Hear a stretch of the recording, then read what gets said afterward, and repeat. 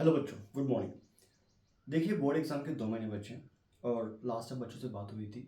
उनका कहना था कि 2 महीने में हम केमिस्ट्री या बाकी जो सब्जेक्ट्स उसको फोकस करेंगे और फिजिक्स की पढ़ाई ऐसे करेंगे ताकि लेक्चर के जो आपको मिलते हैं आधा घंटा रोज़, उसमें आपकी प्रैक्टिस हो जाए। तो उसी हिसाब से चल रहा है। कोशिश तो लाइव लेक्चर की चल रही है, लेकिन लाइव में थोड़ा प्रॉब्लम आ रहा है वहाँ पे। आप सबको पता है कि मेरा ऑफलाइन जो रहता है it is up to mark, but online में उतनी दिक्कत आ रही कि मुझे इतना उसका एक्सपीरियंस है नहीं। तो बहुत बार मैं अटकता हूँ how to start, how to content को वहाँ पे रिप्रेजेंट करने में। तो उसी हिसाब से लेक्चर आज भी लाइव था मेरा, लेकिन अभी सोच रहा हूँ कि मैं अपलोड ही करूँ। तो आई am just uploading this video from very first for the graduation. तो देखिए, अपना पूरा फोकस रहेगा कि अगले 1 डेढ़ महीने में हम फिजिक्स के जितने भी चैप्टर आपके पास है स्टेट बोर्ड के अंदर, उन सबको कवर अप करें। तो मैं रिक्वेस्ट करूँगा सबसे कि आप सब रोज़ के रोज़ इसको देखिए। कुछ आपको डाउट्स होंगे तो कभी भी कॉल कीजिए, विल डेफिनेटली अवेलेबल कि आपकी जो प्रॉब्लम्स होंगे वो सॉल्व हो सके। और इसके अलावा अगर जैसे आपने लास्ट टाइम कहा था कि अगर आपके आसपास 6 से लेके 10 तक अगर कोई बच्चा होगा तो उस बच्चे को अपने ACCI के बारे में ज़रूर इन्फॉर्म कीजिए। मैं चाहता हूँ कि अपने एरिया का या फिर अपने पूरे महाराष्ट्र या फिर जो भी एरिया जो भी बच्चे हों 6 to 10 के, उनको इसका फ़ायदा हो, क्योंकि महंगे कोचिंग और बाकी एक्सपेंसेस से छुटकारा मिलेगा उनको। और लगभग फ्री बोला क्योंकि बहुत कम पैसे हैं। तो उसमें आपको बड़े एकेडमीज़ वाला फील मिलेगा, आपको सारा कंटेंट मिलेगा, आपको उतनी प्रिपरेशन मिलेगी यहीं पे ACCI में। तो चलिए आज का स्टार्ट करते हैं हम लोग वीडियो। ये चल रहा है पूरा अपना, वो चल रहा है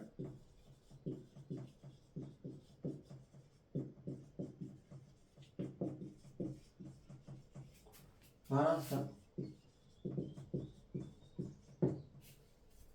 बोर्ड की तैयारी फॉर सब्जेक्ट फिजिक्स। तो चैप्टर हमने चूज किया है फ्रॉम वेरी फर्स्ट, वो फिजिक्स का चैप्टर पहला है आपका ग्रेविटेशन।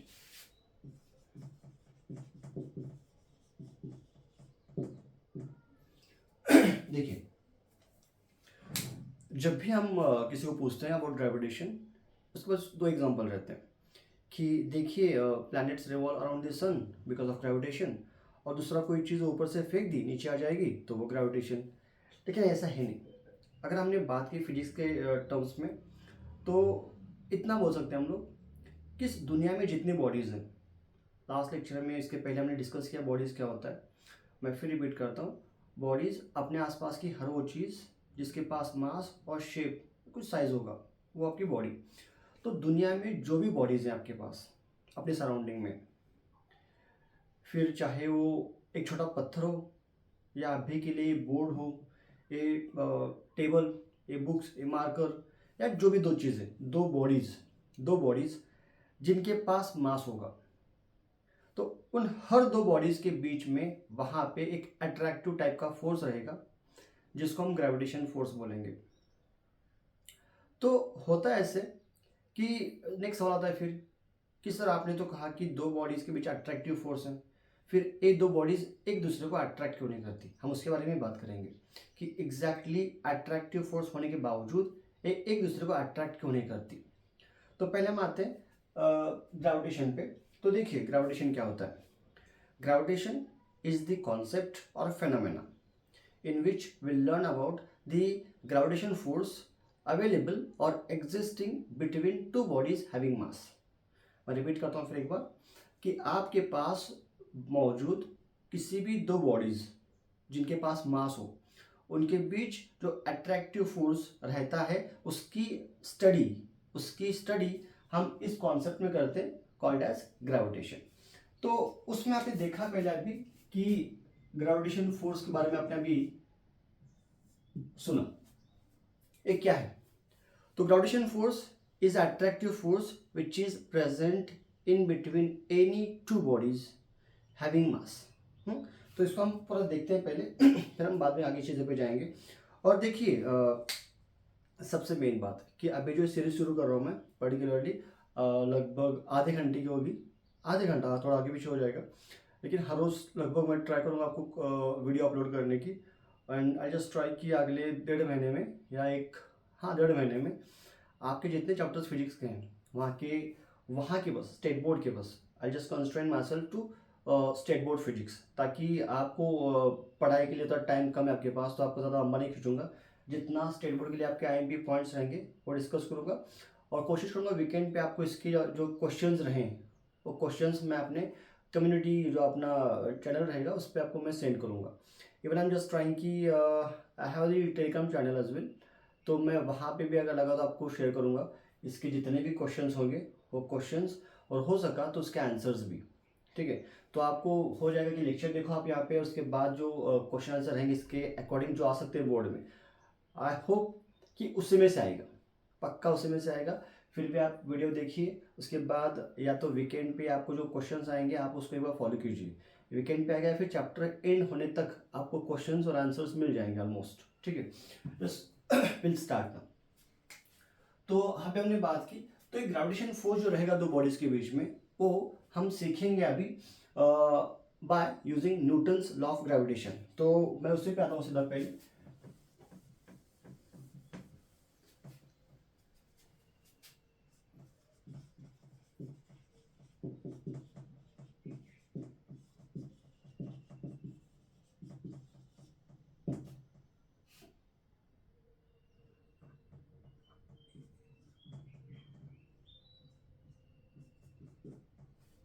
देखिए न्यूटन ने क्या कहा, न्यूटन ने कहा कि अगर आपके पास दो बॉडीज हैं मास की, उनके बीच एक एग्जिस्टिंग ग्रेविटेशन फोर्स रहेगा जिसकी कीमत आप दिखा सकते हो with the formula F proportional to m1 m2, and this force also varies with inversely with the square of distance.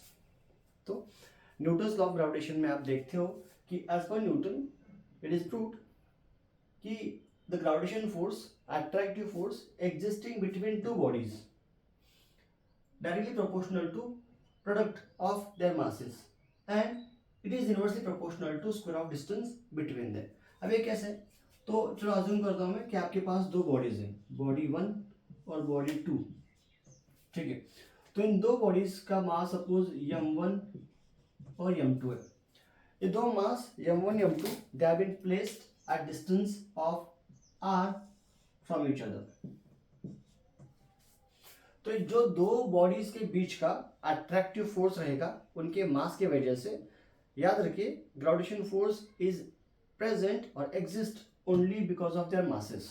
ठीक है, तो वो हमने यहाँ पे दिखा कि अगर इसको कंबाइन कर लिया वो क्या मिलेगा, m1 into m2 upon r square.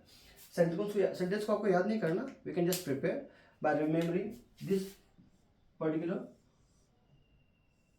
देखो मैं कैसे बोलूंगा, मैं बोलता हूं यहाँ पे कि आपका एफ क्या आपका, it is the gravitation force, या फिर इसे बोलूंगा अट्रैक्टिव फोर्स, ग्रेविटेशन या फिर अट्रैक्टिव फोर्स। कहां पे रहेगा, ये रहेगा दो बॉडीज के बीच में। तो अट्रैक्टिव फोर्स और gravitation force between two bodies is directly proportional to, क्या आपका आएगा, डायरेक्टली प्रोपोर्शनल टू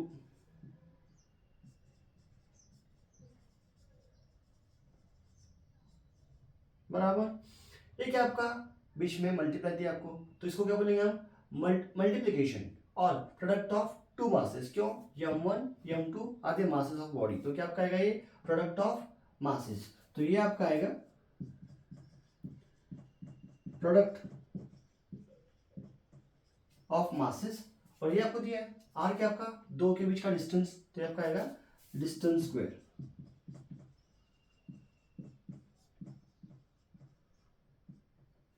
ठीक है, तो अगर हम सबको कंबाइन कर लिए, हम इसको कंबाइन कर लिए, तो आपका स्टेटमेंट ऐसे बनेगा, देखिए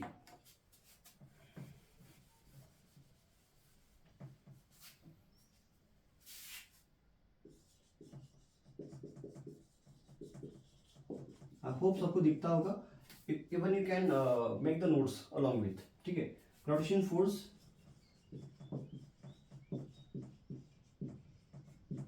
between two bodies is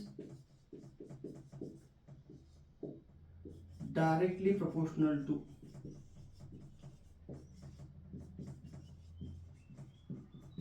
product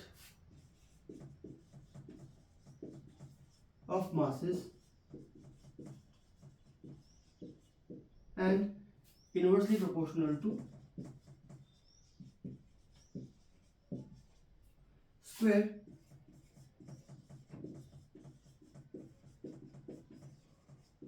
of distance between them।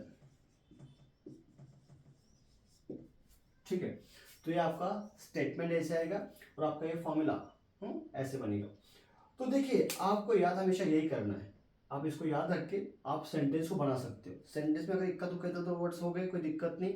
आपका मेन रहेगा इस सारे आपके नोटेशंस को, जैसे यफ, M1, M2 और R, इनको आप रिप्रेजेंट करो। ग्रामर गलती इधर तो हुई, कोई दिक्कत नहीं। अगर आपका सेंटेंस जो वहाँ पे ग्रामर इधर उधर हुआ, कोई दिक्कत नहीं, आप उसको अच्छे से लिखो वहाँ पे। ठीक है, तो अगर हमने इसको एक्सटेंड किया, देखो मिलेगा क्या आपको।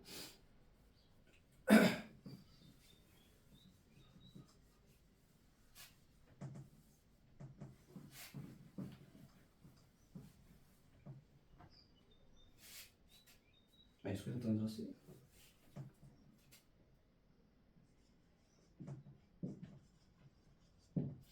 तो देखो आपको मिलता क्या, आपको मिलेगा F proportional to M1 M2 upon R square. आपने सपोज क्या किया, ये प्रोपोर्शन साइन निकाल दिए, क्या मिलेगा आपको? आपको मिलेगा F equal to G M1 M2 upon R square. यहाँ पे जो G है आपका, यहाँ पे देखिए दो चीज़ होती है, आपके पास दो तरीके रहेंगे, या तो आप इन नोटेशंस को बाजू में लिखिए साइड में, या फिर इवन आप इसके पहले एक सेंटेंस बना सकते हो ऐसे, लेट।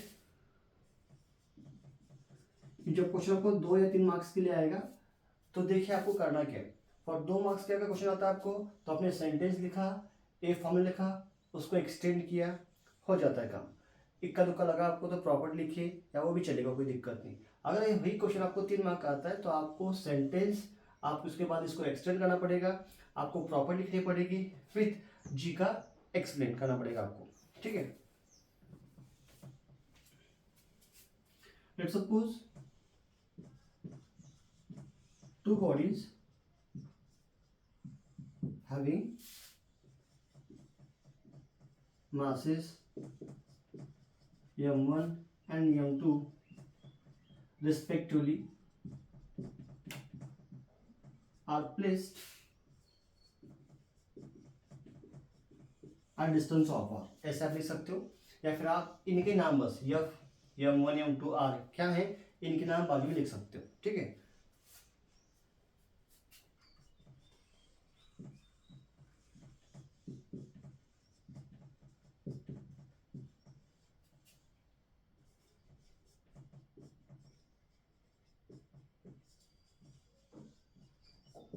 ठीक है, एक्स्ट्रा वर्ड लिखा चलता, नहीं लिखा तो भी चलेगा, आपको कोई दिक्कत नहीं।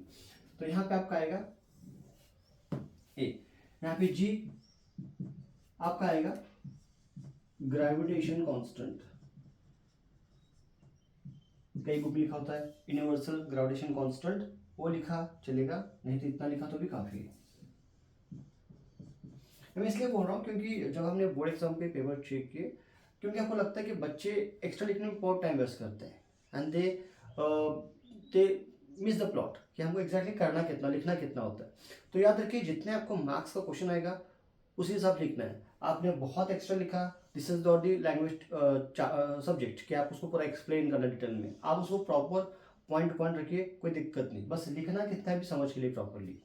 ठीक है, जी का आपका नाम ही आएगा। उसके बाद में अगर आपको जी चाहिए यहाँ पे, तो हम क्या करेंगे, आर M1 M2 शिफ्ट करेंगे, तो क्या मिलेगा आपको? आपको मिलेगा ले जाने के बाद G equal to F R square upon M1 into M2। ठीक है, आपका फॉर्मूला बनेगा। इसके बाद इसका आपका यूनिट आएगा एसआई में, फोर्स के लिए न्यूटन, डिस्टेंस के लिए मीटर का स्क्वायर अपॉन मास के लिए केजी इंटू केजी स्क्वायर, ये आपका आएगा एसआई में। ठीक है, उसके बाद आपका सीरीज क्या बनेगा, फोर्स के लिए डाइन, मीटर के लिए सॉरी डिस्टेंस के लिए सेमी स्क्वायर अपॉन मास के लिए ग्राम स्क्वायर। तो ये आपका आएगा सीजीएस में, ठीक है। नाम यूनिट, नाम फॉर्मूला यूनिट ऐसा और सीजीएस। नाम इसकी कीमत कितनी आती है आपकी 6.67 इंटू 10⁻⁻11 न्यूटन मीटर स्क्वायर पर केजी स्क्वायर। बोर्ड एग्जाम में इस पे 3 बार एमसीक्यू आ चुके हैं। एक बार सेंटेंस को लेके, एक बार फॉर्मूला को लेके, और एक बार आपका कीमत को एक बार कीमत को लेके और एक बार फॉर यूनिट। तो आप उसको अच्छे से याद रखिए, ठीक है। इसके बाद डायमेंशंस, अगर आपने देखा होगा चैप्टर मेजरमेंट मेरा, तो वहाँ पे मैंने पूरे वीडियोस में इसको एक्सप्लेन किया है कि आपको डायमेंशंस बनाने कैसे होते हैं। अभी अपने पास टाइम है नहीं तो मैं इसको डायरेक्ट लिखता, आप उसको याद करिए या फिर उसको देखिए वहाँ पे जाके कि कैसे सॉल्व करना है, ठीक है। इसका आता है आपका डायमेंशन m-1 L3 T-2, ये आपका डायमेंशन आ जाएगा, ठीक है। इसको नोट कीजिए। Go for properties.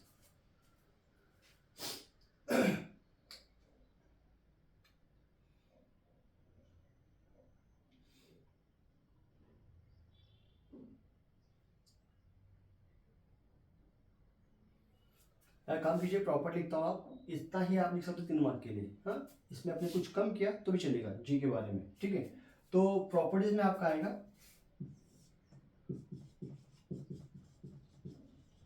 Properties of gravitation force. Will constant to very short, क्योंकि आपका बोर्ड एग्जाम की तैयारी है तो उतना ही हम उसको देखेंगे। पहला ये आपका आएगा central force. Gravitation force is acting between two bodies along the line joining their centers. A force हमेशा दो बॉडीज को जोड़ने वाली लाइन के अलॉन्ग एक्ट करेगा, और लाइन हमेशा होगी बिटवीन टू सेंटर्स, तो इसको बोलेंगे सेंट्रल फोर्स। दूसरा आपका आएगा, ये होगा आपका it is conservative force.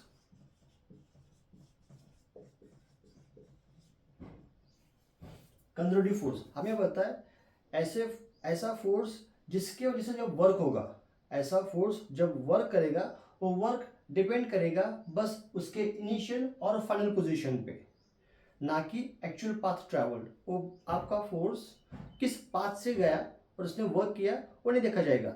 Start कहाँ से हुआ और एंड कहाँ से हुआ, बस इनिशियल और इनिशियल और फाइनल पॉइंट देखा जाएगा, तो उसे बोलेंगे हम कंजर्वेटिव फोर्स। आपको इसके बारे में देखना है extra, central force, conservative force, तो अपना और एक वीडियो है वहाँ पे फोर्स का, आप उसको वहाँ पे मिल जाएगा पूरा इसकी इंफॉर्मेशन डिटेल में। तीसरा ये आपका आता इट ओबेज या फॉलोज इनवर्स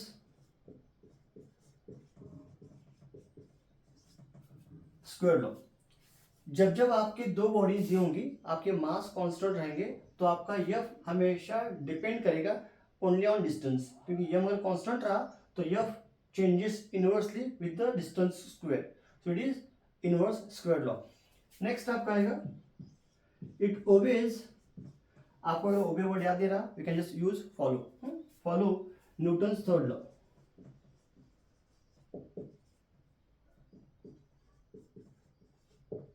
ठीक है, एक्स्ट्रा में लिख सकते हैं आप यहाँ पे कि it is the weakest force, it is weakest force among the all other natural forces.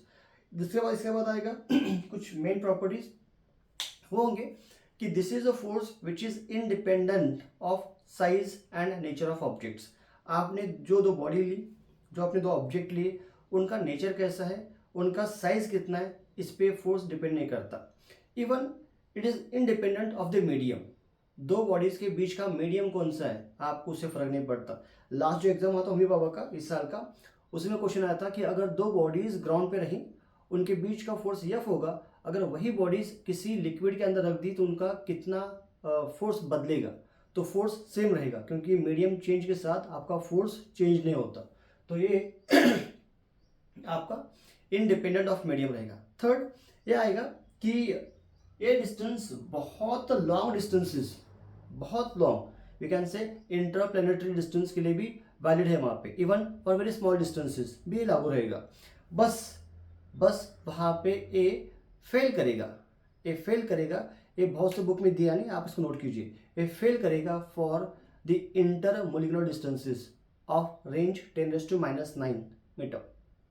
ठीक है, तो ये जबकि हमने उससे बोला यूनिवर्सल लॉ, इसका मतलब आता है कि सारे मैटर के लिए वहाँ पे मीन्स वैलिड है, हाँ है, कोई दिक्कत नहीं, लेकिन ये फेल करेगा बस इंटर मोलिकुलर डिस्टेंस के लिए। ठीक है, आपको बोर्ड पे लगता नहीं, तो मैं जितना लगता हूँ उतना दिया हूँ यहाँ पे। ठीक है, तो आप इसको फॉलो कीजिए। आई होप सबने लिखा होगा। Will go for the next point. ठीक है, आपको यहाँ पे लिखना होगा तो इसको और एक चीज में एक्स्ट्रा लिखता, देखिए वो आपका आएगा वेक्टर फॉर्म।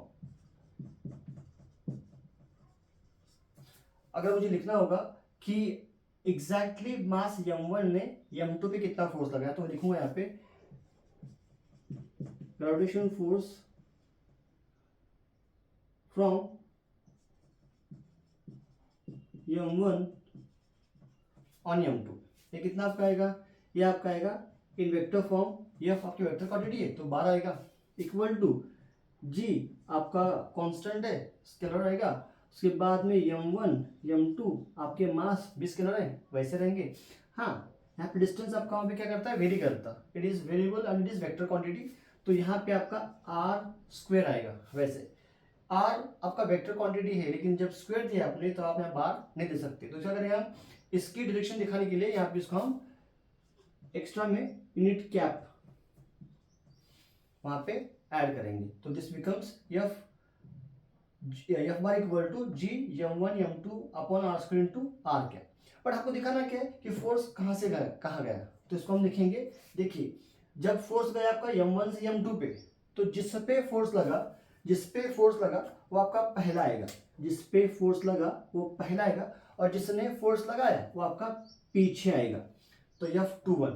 वैसे डिस्टेंस खास करोगे आप, जब फोर्स यहां से आ जाएगा तो ये फोर्स ये आपका आएगा F21, तो आप डिस्टेंस मेजर करोगे 1 से 2 तक, ये आपका आएगा 1 2। याद रखिए force F21 G m1 m2 upon r square, और आपके डिस्प्लेसमेंट का डिस्टेंस का वेक्टर क्या आएगा, r12 क्या। ठीक है, वैसे ही सिमिलरली क्या आपका आएगा, ग्रेविटेशन फोर्स फ्रॉम m2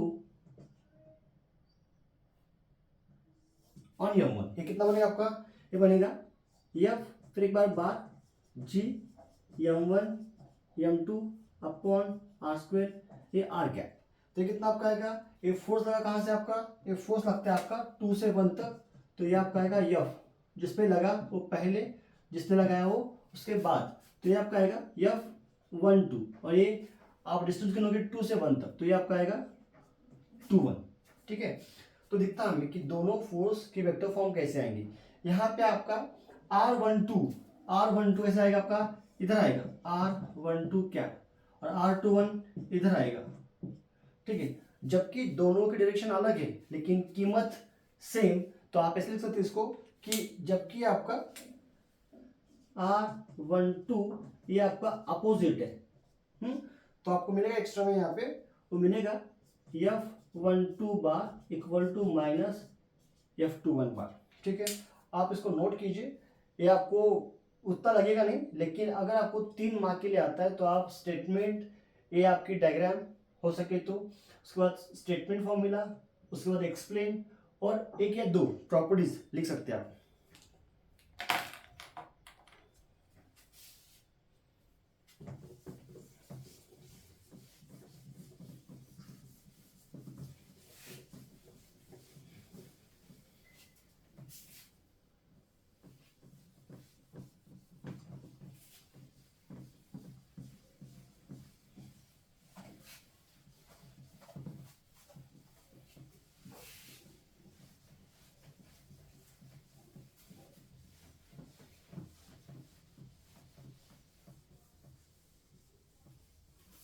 ठीक है, तो देखिए आपका नेक्स्ट पॉइंट क्या आएगा।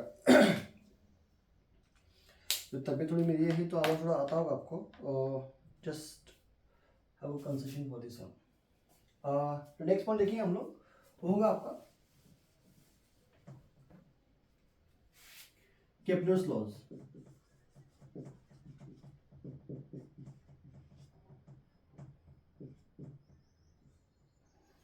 देखिए केप्लर्स लॉज, इसके पीछे थ्योरी बहुत बड़ी है, लेकिन जबकि हमने यहाँ पे रिस्ट्रिक्ट करना है अपने को खुद को अप टू बोर्ड एग्जाम, तो उसको मैं बस शॉर्ट में एक्सप्लेन करता एज ऑफ रिक्वायरमेंट। एक्स्ट्रा जिनको चाहिए पूरी थ्योरी बेसिक की, तो आप चैप्टर जो इनके वीडियोज़ हैं जेई के लिए, आप वहाँ जाके देख सकते हैं। तो देखिए क्या आएगा, एज पर केप्लर जो लॉ पहला आपका वो बोलेगा कि planet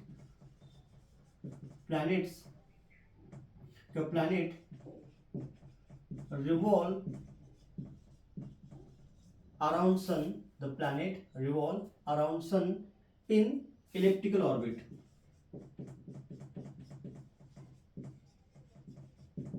The planet revolve around the sun in elliptical orbit. Suppose आपने अगर देखा होगा, तो मैं आपको थोड़ा एक्सप्लेन करता हल्के में। तो अगर सपोज हमने एक सर्कल ड्रॉ की, ठीक है, तो क्या होगा सर्कल के लिए, आपके पास यहाँ पे एक सेंटर रहेगा और आपके सर्कमफ्रेंस का हर पॉइंट इस सेंटर से हमेशा इक्वल डिस्टेंस पे रहेगा। लेकिन हम जब बात करेंगे आपके इलिप्स की, तो क्या होता, it is the one of the application of circle. तो क्या होगा, ये आपका ऐसे एक्सटेंड होगा। तो वी कैन से कि यहाँ पे दो सर्कल्स को कंबाइन करके या दो कर्व्स को कंबाइन करके आपको यहाँ पे ये इलिप्स मिलता है।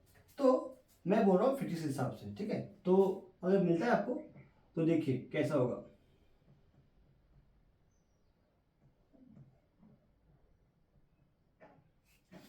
For centre we have one origin, one centre. For circle we have one centre, one origin. यहाँ पे फॉर इलिप्स आपके पास दो कर्व्स हैं, तो क्या होगा, उन दो कर्व्स के लिए आपके पास दो उनके सेंटर आएंगे, तो जिसको बोलेगा हम फोकस। आपके पास दो हैं, तो इसको बोलेगा हम फोकस 1 और फोकस 2, और इन together will call them as foci, ठीक है। तो focus 1, focus 2 and together foci, ठीक है।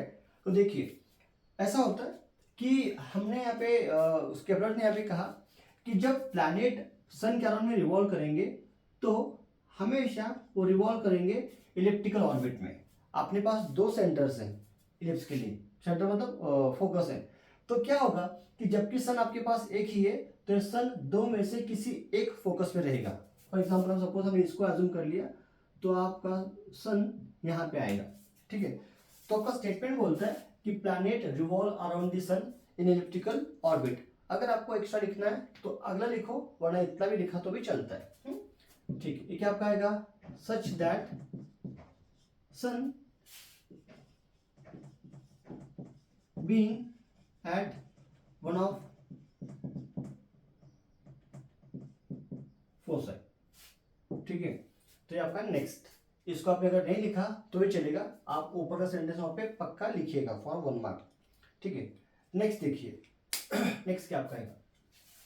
नेक्स्ट पहले मैं शॉर्ट देता हूं, इसको एक्सप्लेन करेंगे। नेक्स्ट आपका आता the line joining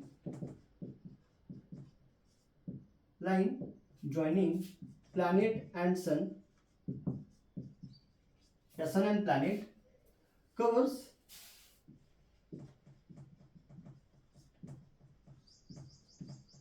equal area in equal time। आपके ये जो सन है, वो सन से प्लैनेट तक, देखिए सपोज हमने क्या कहा कि सपोज टाइम t1 पे आपका प्लैनेट यहाँ पे था, ठीक है। मैं इसको जोड़ता हूँ थोड़ा, तो देखिए क्या मिलेगा आपको। सपोज ये यहाँ पे था, ये क्या आपका आएगा, ये उसका आएगा तब का रेडियस वेक्टर, ठीक है, r, इसको तो मैं r1 बोलता हूँ।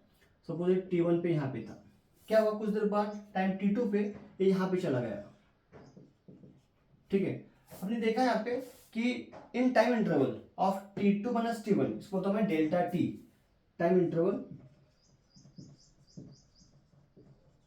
Delta t t2 minus t1 में सपोज क्या हुआ, ये यहां से यहां चला गया, और इस दौरान उसने क्या किया, इतना एरिया स्वाइप किया, कवर किया। कितना एरिया, इसे बोलता हूं मैं एरिया A1, ठीक है। Area A1। सपोज ऐसा हुआ कि नेक्स्ट टाइम T3 पे ये यहाँ पे चला गया, ठीक है, ये आपका T3, और सपोज T4 पे ये चला गया यहाँ पे। ये आपने T3 और T4 लिया, मेक श्योर करना है आपको कि जितना आपका T2 माइनस T1 था, T2 माइनस T1 जितना आपका था टाइम इंटरवल, उतना ही आपका T4 माइनस T3 है, मतलब आपको टाइम इंटरवल को सेम रखना है। तो अगर आप क्या किया यहाँ पे, आपने इसको फिर एक बार यहाँ पे देखा, जोड़ा इसको, ठीक है, और आपने देखा कि इस टाइम इंटरवल कितना T4 माइनस T3, ये भी आपका सेम वही है, T4 माइनस T3। यहाँ पे क्या आपका आएगा, इक्वल एरिया उतना ही आएगा, मतलब ये आपका A2। और सेम अगर आपने और जगह लिया है यहाँ पे सपोज हर जगह क्या होगा, इक्वल टाइम इंटरवल में आपका ए प्लैनेट और सन को जोड़ने वाली लाइन हमेशा equal distance, equal area cover करेगी। So the line joining sun and planet covers equal area in equal time, इसको लिखा इंटरवल, ठीक है, टाइम इंटरवल। तो आपका सेकेंड लॉ। अगर आपको इतना याद नहीं रहा तो इसके लिए शॉर्ट एक याद रखिए आप एक्स्ट्रा में, वो आपका आएगा areal velocity of planet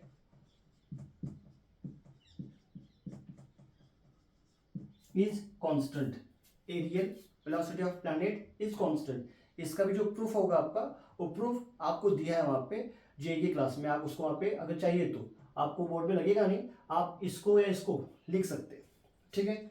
next जो आपका आएगा वो आपका आएगा T square proportional to R cube. T square proportional to R cube. यहाँ पे जो टी दिया आपको, वो टी आपका टाइम पीरियड, जो आर आपका वो है आपका मीन डिस्टेंस। कुछ बुक में आपको दिया है सेमी मेजर एक्सिस, कुछ में दिया आपका एवरेज डिस्टेंस, तो आप कुछ भी यूज कीजिए, मीन डिस्टेंस या फिर सेमी मेजर एक्सिस या फिर एवरेज डिस्टेंस, सबका मतलब एक ही आता है आपका, ठीक है। तो देखिए होता क्या है एक्चुअली, अगर आपने क्या कहा, सपोज आपके पास एक प्लैनेट इस सन के अराउंड में इलिप्टिकली घूम रहा है, ठीक है। तो प्लैनेट को इस सन के अराउंड में पूरा एक चक्कर लगाने के लिए, पूरा एक सर्कल पूरा करने के लिए, पूरा एक रेवोल्यूशन पूरा करने के लिए, इस प्लैनेट को सन के अराउंड में पूरा एक चक्कर, एक पूरा रेवोल्यूशन पूरा करने के लिए जो टाइम लगेगा वो होगा आपका time period. That is time taken by planet to complete one revolution around sun, आपका टाइम पीरियड आएगा कैपिटल टी। आर क्या होता है आपका, देखिए, तो सपोज हमने बात की बस इलिप्स की, तो कैसा होगा, सपोज हमने क्या किया, इस इलिप्स को देखा, क्या आपका ए वर्टिकली छोटा है, हॉरिजॉन्टली थोड़ा वहां पे बड़ा है, तो ये जो है आपका लॉन्गेस्ट डिस्टेंस, आपके इलिप्स के जो लॉन्गेस्ट पाथ रहेगा उसको हम बोलेंगे मेजर एक्सिस। मैं लैंग्वेज को इसलिए वहां पे थोड़ा इजी कर रहा हूँ ताकि जो बच्चे कमजोर या वीक हो उनको समझ में, अगर मैं जाऊंगा हेवी लैंग्वेज से तो उनको समझ नहीं आएगा, तो मैं इसको थोड़ा इजी कर रहा हूँ ताकि उनको अच्छे से याद रहे करके, ठीक है। ये आपका आएगा मेजर एक्सिस, ये ना शॉर्ट पाथ, इसको बोलेंगे हम माइनर एक्सिस, ठीक है, ये आपका आएगा माइनर एक्सिस। उसके बाद में ये आपका आएगा the point at which this two meet, वो आपका आएगा ओरिजिन, फिर एक बार, या फिर सेंटर बोलते हैं इसको, ठीक। उसके बाद में जो आपका इस मेजर एक्सिस को आपने क्या किया, अभी डिवाइड किया इक्वली, ये आधा और ये आधा, तो ये आपका आएगा इतना पार्ट, इसको बोलेंगे सेमी मेजर एक्सिस, ठीक है। और ये पार्ट को आप बोलोगे सेमी माइनर एक्सिस, ठीक है। ये आपका सेमी मेजर, इस सेमी माइनर एक्सिस, ठीक है। और अब इसमें क्या लगेगा, अब इतना काफी, इसको बोलते हैं कभी कभार ए, इसको बोलते हैं बी, ठीक है। तो ये आपका आएगा मेजर एक्सिस का length a plus A 2a, और आपका ये कितना आएगा माइनर का b प्लस बी 2b, ठीक है। चलिए तो मीन डिस्टेंस क्या किया आपने, आपने देखा यहाँ पे कि आपके प्लैनेट और सन के बीच में कभी भी डिस्टेंस सेम है नहीं। यहाँ पे ज़्यादा है, एक कम होता जाएगा, फिर यहाँ पे कम होगा, यहाँ पे बहुत कम होगा, ये आपका हमेशा वेरी करेगा। तो यहाँ पे आपने लिया है मीन डिस्टेंस, मतलब उन सारे डिस्टेंसेस का मीन या एवरेज आपने लिया है। तो आप एवरेज या मीन या फिर इवन सेमी मेजर एक्सिस भी बोल सकते हैं। ठीक है, तो ये आपका आज का कंटेंट। जय हिंद।